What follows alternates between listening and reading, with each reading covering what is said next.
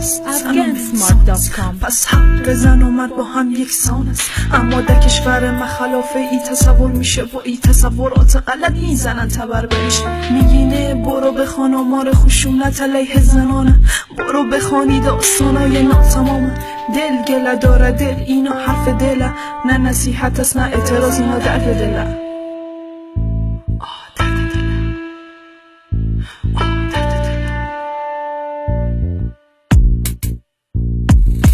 لالا خواهرت است و مرا نیازار، پدر جان نته مرا با اون مرد زندار. مادر تو یک چیزی بگو چرا گریه میکنی، روی تبر میگردانی و من سعی نمیکنی.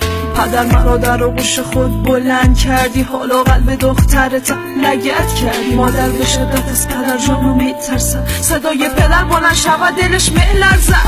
پس سکوت مادر با اشکش همراه است، میگه خدا مقاضی و خودش رحمان است. حالا که من فقط دارم حق زنده بودن، به نظر شما چی کنم با این زنده بودن؟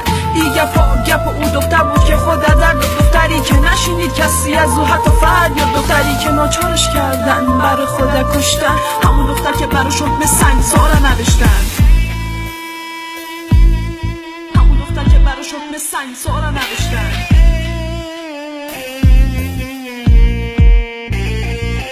مرد انسان است، زن انسان است.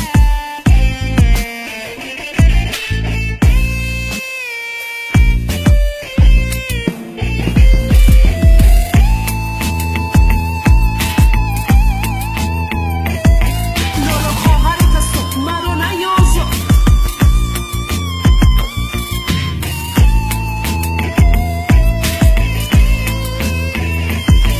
لالا خواهرت است و مرا نیازار. بگو گناه ما این است که ما زنیم، چرا باید کفن آبی به تن کنیم، چرا فقط باید به دستور گوش کنیم، با کسی که خوش نداریم همراه گوشی کنیم. ولی ما زنیم یک درد ناتمام، سر ما را زنی باز میشنوی صدای ما. از امروز خودم جای تمام زنان، فریاد دارم حقوقت به جای بشان. بله من اعتراض دارم، اعتراض در این مورد، حال تک تک زنان باید فهمیده شد. شاید فریاد من به تا نمرهمی باشه، یا شاید خیلی از زن بودنم خسته شد.